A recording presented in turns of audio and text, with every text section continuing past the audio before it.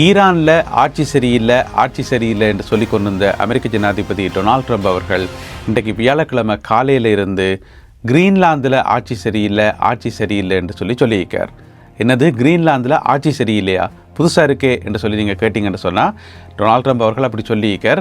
எனவே இந்த சம்பவம் தொடர்பாக விரிவாக விளக்கமாக இந்த காணொலியில் பார்க்க போகின்றோம். நேட்டோ நாடுகளுக்கு மீண்டும் பலத்த அழுத்தத்தை கொடுத்திருக்கின்றார் டொனால்ட் ட்ரம்ப் அவர்கள். எல்லாவற்றையும் விரிவாக பார்க்கலாம். இலங்கை செய்திகளில் இலங்கையினுடைய முன்னாள் ஜனாதிபதி ரணில் விக்ரமசிங்கே அவர்கள் இன்று காலையில் நாடு திரும்பியிருக்கின்றார். சிங்கப்பூரிலே சத்திர சிகிச்சையை முடித்துக்கொண்டு அது தொடர்பாகவும் இந்த செய்திகள் உட்பட மேலும் பல செய்திகளும் தகவல்களும் இன்றைய காணொலியில் காத்திருக்கின்றன.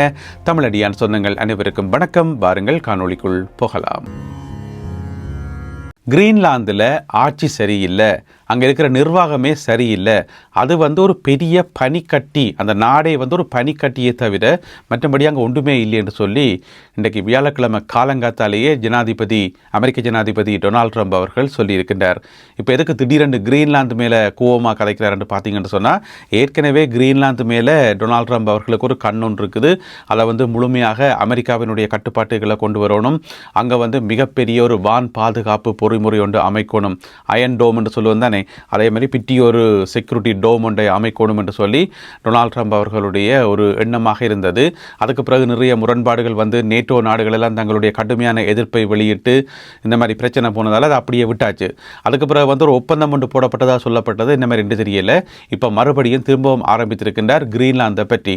இதுக்கு முக்கியமான காரணம், ஈரான் மீது நடத்தப்பட்ட இந்த யுத்தத்தில் நேட்டோ நாடுகள் தனக்கு உதவி செய்யலை, நேட்டோ நாடுகள் தங்களை கைவிட்டு விட்டார்கள், அமெரிக்காவை கைவிட்டு விட்டார்கள் என்று சொல்லி டொனால்ட் ட்ரம்ப் அவர்கள் தொடர்ந்து குற்றம் சாட்டிக் கொண்டே வாரார். இப்போ பார்த்தீங்கன்னு சொன்னால் நேற்று புதன்கிழமை பின்னேரமும் இன்றைக்கு வியாழக்கிழமை காலமையும் நேட்டோ நாடுகளை கடுமையாக தாக்கியிருக்கின்றார் டொனால்ட் ட்ரம்ப் அவர்கள். நேட்டோவிலிருந்து விலகப் போவதற்கான ஒரு எச்சரிக்கையை அவர் கொடுத்திருக்கிறார் என்று சொல்லி சர்வதேச ஊடகங்களில் சுட்டி காட்டப்படுது.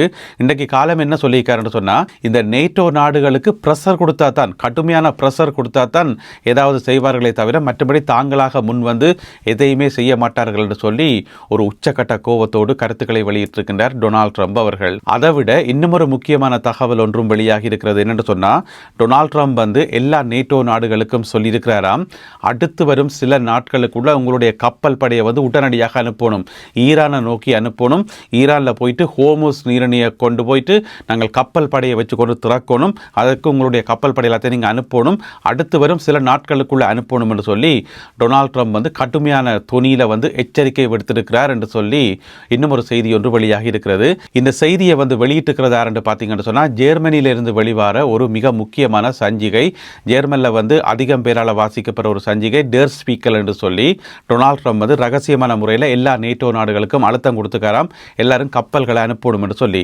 அப்போ எதுக்கு அங்கே பேச்சுவார்த்தை நடத்தணும், ஈரானில் எதுக்கு பேச்சுவார்த்தை நடத்தணும், பேச்சுவார்த்தை நடத்தி சுமூகமாக நாங்கள் ஹோர்முஸ் நீரினை திறக்க போகிறோம் என்று சொல்லிக்கொண்டு மற்ற பக்கம் நேட்டோ நாடுகள் கப்பல்களை அனுப்பணும் என்று சொன்னால் என்ன நடக்கலாமே விளங்கல.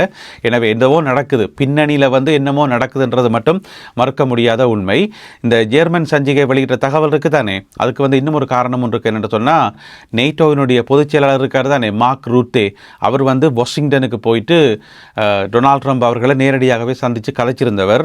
அந்த சந்திப்பு, அந்த கலந்துரையாடல் அவ்வளவு நல்லதாக இருக்கே என்று சொல்லப்படுது. ட்ரம்ப் கோபமாக பேசினதாகவும் நேட்டோ நாடுகள் மேலே அவர் கடுமையான ஒரு விரக்தியில் இருப்பதாகவும் அந்த பத்திரிகையில் போடப்பட்டிருக்கிறது. மார்க் ரூத்தே நேட்டோ நாடுகளுக்கான பொதுச் செயலாளர். அப்போ அவர் போய் சந்திக்கக்குள்ள அவர்கிட்ட தான் சொல்லியிருப்பாருக்கு, எல்லா நேட்டோ நாடுகளுக்கும் சொல்லி உடனடியாக கப்பல்களை அனுப்பணும், இல்லாட்டி நடக்கிறதை வேறு என்று சொன்னாரோ இன்னும் தெரியலை.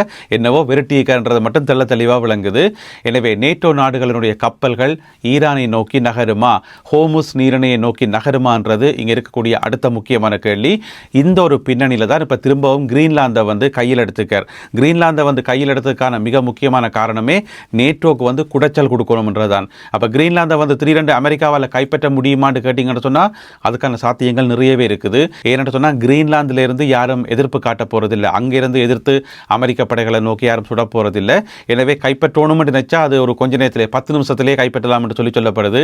அப்படித்தான் சர்வதேச ஊடகங்களில் போடப்பட்டிருக்கிறது. ஏன்னு சொன்னால், நேட்டோ நாடுகளோ அல்லது டென்மார்க்கோ அமெரிக்காவுக்கு எதிராக தாக்குதல்கள் நடத்துமா, கடைசி வரைக்கும் இல்லை, அப்படி ஒரு முடிவை எடுக்க மாட்டார்கள். போய் கைப்பற்றுங்க முதல்ல, பிறகு நாங்கள் பேச்சுவார்த்தை நடத்துவோம் என்று சொல்லி அப்படித்தான் போவார்களே தவிர சண்டை வராது. எனவே இந்த நடவடிக்கையில் அவர் ஈடுபடுவாரா இல்லையான்றது எங்களுக்கு தெரியாது. ஏன்னு சொன்னால் நேட்டோ நாடுகளை வந்து விரட்டுறதுக்காகத்தான் இந்த கிரீன்லாந்து பிரச்சனையை வந்து இப்போ தூக்கி இருக்கிறார் டொனால்ட் ட்ரம்ப் அவர்கள். எனவே பொறுத்திருந்து பார்ப்போம். சத்திர சிகிச்சைக்காக சிங்கப்பூருக்கு சென்றிருந்த இலங்கையினுடைய முன்னாள் ஜனாதிபதி ரணில் விக்ரமசிங்க அவர்கள் இன்று காலையில் கட்டுநாயக்கா விமான நிலையம் ஊடாக இலங்கை திரும்பியிருப்பதாக தகவல்கள் வெளியாகி இருக்கின்றன. உங்களுக்கு தெரியும், கடந்த மார்ச் மாதம் 15ஆம் தேதி அவர் சிங்கப்பூருக்கு போயிருந்தவர். அவருக்கு வந்து அங்கே சத்திர சிகிச்சை இடம்பெற்றிருந்தது. சிங்கப்பூரில் இருக்கிற மிகவும் பிரபலமான ஒரு மருத்துவமனை மவுண்ட் எலிசபெத் மருத்துவமனை என்று சொல்லி, இப்போ நீங்கள் படத்தில் பார்க்குற இந்த மருத்துவமனை தான் மவுண்ட் எலிசபெத். இங்கே போயிட்டு அவருக்கான சத்திர சிகிச்சை செய்யப்பட்டதாக சொல்லப்படுகிறது. என்ன விதமான சத்திர சிகிச்சை என்று சொல்லி அந்த தகவல்கள் வெளியாகல. இருந்த போதிலும் கூட அதுக்கு பிறகு சில நாட்கள் அங்கே சிங்கப்பூரிலே ஓய்வில் இருந்த முன்னாள் ஜனாதிபதி ரணில் விக்ரமசிங்க இன்று காலையில் நாடு திரும்பியிருக்கிறார். அவர் வந்து இன்னும் சில மாதங்களுக்கு தொடர்ந்து ஓய்வெடுக்கணும் என்று சொல்லி மருத்துவர்கள் சொன்னதன் காரணமாக எந்த ஒரு அரசியல் நடவடிக்கையிலும் அடுத்து வரும் சில மாதங்களுக்கு அவர் ஈடுபட மாட்டார் என்று சொல்லி ஐக்கிய தேசிய கட்சி சார்பாக வெளியிடப்பட்டுள்ள அறிக்கையிலே சொல்லப்பட்டுள்ளது. லெபனானினுடைய தலைநகர் பெய்ரூட்டில் நேற்று இடம்பெற்ற அந்த கொடூரமான தாக்குதல், அதை பற்றி நாங்கள் ஏற்கனவே செய்திகளில் பார்த்துருக்கிறோம். அதில் வந்து 254 பேர் கொல்லப்பட்டிருந்தார்கள். அந்த தாக்குதலில் வந்து 1000க்கும் அதிகமானவர்கள் காயமடைந்திருந்தார்கள். அவர்களில் இலங்கையைச் சேர்ந்த பெண் ஒருவரும் அடங்குவதாக சொல்லப்படுகிறது. இலங்கை பெண் ஒருவரும் காயமடைந்திருக்கிறார் என்பதை பெய்ரூட்டில் இருக்கக்கூடிய இலங்கை தூதரகம் உறுதிப்படுத்தியிருக்கிறது. இருந்த போதிலும் கூட அவர் தற்பொழுது நலம் பெற்று வருகின்றார். அதாவது பாரதூரமான காயங்கள் இல்லை, ஓரளவு சிறிய காயம்தான். இப்பொழுது அவர் நலம் பெற்று வருகிறார் என்று சொல்லி லெபனானினுடைய தலைநகர் பெய்ரூட்டில் இருக்கும் இலங்கை தூதரகம் அறிவித்துள்ளது. அடுத்ததாக வவுனியாவில் நேற்று புதன்கிழமை இரவு இடம்பெற்ற ஒரு கொலை சம்பவம். அதாவது வவுனியாவின் செக்கட்டிப்புலவு கிராமத்தில் பார்த்தீங்கன்னு சொன்னால் நேற்று இரவு ஒரு 56 வயதுடைய பெண் ஒருவர் கத்திக்குத்து தாக்குதலுக்கு இலக்காகி மருத்துவமனைக்கு கொண்டு செல்லும் வழியில் உயிரிழந்திருக்கின்றார். அவருடைய பேர் வந்து பவளரத்தினம் செல்வ மலர். அவர்தான் இந்த சம்பவத்தில் வந்து உயிரிழந்தவர். அவருக்கு வந்து 56 வயது. அப்போ அவர் மேலே கத்திக்குத்து தாக்குதல் நடத்தினது யாருன்னு பார்த்தீங்கன்னு சொன்னால் அவாவோட கூட பிறந்த சகோதரனா. என்ன பிரச்சனைன்னு சொன்னால் அந்த சகோதரனுக்கும் சகோதரிக்கும் இடையில வந்து நீண்ட காலமாக வாக்குவாதங்கள் பிரச்சனைகள் ஏதோ இருந்திருக்கும் போராடக்கு. அப்போ நேற்று என்ன செய்கிறாருன்னு சொன்னால் அவர் கத்தி குத்தில் ஈடுபட்ட சகோதரன் முழுமையான மது போதையில் இருந்தாராம் என்று சொல்லப்படுகிறது. மது போதையில் போயிட்டு தன்னுடைய சகோதரியுடன் ஏதோ வாக்குவாதத்தில் ஈடுபட்டார் என்று சொல்லி பிறகு அந்த வாக்குவாதம் வந்து முற்றி அதனுடைய முடிவில் வந்து கத்தி எடுத்து குத்தினாராம் என்று சொல்லி அதில் படுகாயமடைந்த அந்த குறிப்பிட்ட பெண் பிறகு ஆம்புலன்ஸ் வண்டி மூலமாக மருத்துவமனைக்கு எடுத்துச் செல்லப்பட்ட வழியில் இடைவெளியில் உயிரிழந்ததாக சொல்லப்படுகிறது. இப்பொழுது பூவரசங்குளம் போலீசார் இது சம்பந்தமான விசாரணைகளை மேற்கொண்டு வருகின்றார்கள். குறிப்பிட்ட அந்த சகோதரர் கத்திக்குத்தில் ஈடுபட்ட அந்த சகோதரர் இப்பொழுது கைது செய்யப்பட்டுள்ளார். ஈரானில் இருந்து தற்பொழுது கிடைக்கப்பெற்ற செய்தி ஒன்று. அதாவது ஈரானினுடைய புஷர் மாகாணத்தில் வந்து ரஷ்யாவால் ஒரு மின் உற்பத்தி நிலையம் ஒன்று நடத்தப்பட்டு வருகிறது. அணு மின் உற்பத்தி நிலையம். அதன் மேலே 4 தடவை தாக்குதல் நடந்தது. இந்த காலப்பகுதியில் 39 நாட்களில் வந்து 4 தடவைகள் தாக்குதல் நடந்தது. அது வந்து பலத்த சர்வதேச கண்டனங்களை எழுப்பியிருந்தது. என்னென்னு சொன்னால் அது வந்து முழுக்க அணு மின் உற்பத்தி நிலையம். அதில் ஏதாவது தப்பித்தவறு எங்கேயாவது பட்டுக்கிட்டு விட்டால் பிறகு வந்து பெரிய அளவிலான அந்த ஒரு பின்விளைவு ஏற்படும். இந்த ரேடியோ கதிர்வீச்சு இருக்குத்தானே, அது வந்து ஏற்படும் என்று சொல்லப்பட்டிருந்தது. இப்போ பார்த்தீங்கன்னு சொன்னால் ரஷ்யா ஏற்கனவே அங்கிருந்து நிறைய ஊழியர்களை வந்து வெளியேற்றியிருந்தது. இன்னமுமே வந்து தொடர்ச்சியாக ரஷ்யா ஊழியர்களை வெளியேற்றி கொண்டிருக்கிறது என்று சொல்லப்படுகிறது.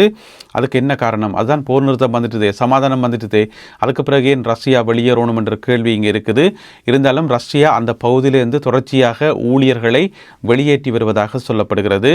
ஒருவேளை எல்லா ஊழியர்களையும் வெளியேற்றி போட்டு அதை வந்து முற்றுமுழுதாக புனரமைக்க போகின்றார்களா அல்லது வேறு ஏதாவது திருத்தப் பணிகள் செய்ய போகிறார்களா என்ன என்று தெரியல. இருந்தாலும் ரஷ்யாவினுடைய இந்த நடவடிக்கை வந்து சில சந்தேகங்களை எழுப்பியிருப்பதாக தற்பொழுது செய்திகள் வெளியாகியுள்ளன. நல்லது அன்பான உறவுகளே, இத்துடன் இன்றைய செய்திகளும் தகவல்களும் நிறைவு பெறுகின்றன. இந்த காணொலியில் பகிர்ந்து கொள்ளப்பட்ட செய்திகள் தொடர்பான உங்களுடைய கருத்துக்களை மறக்காமல் கீழே எழுதுங்கள். மீண்டும் சந்திப்போம். நன்றி, வணக்கம்.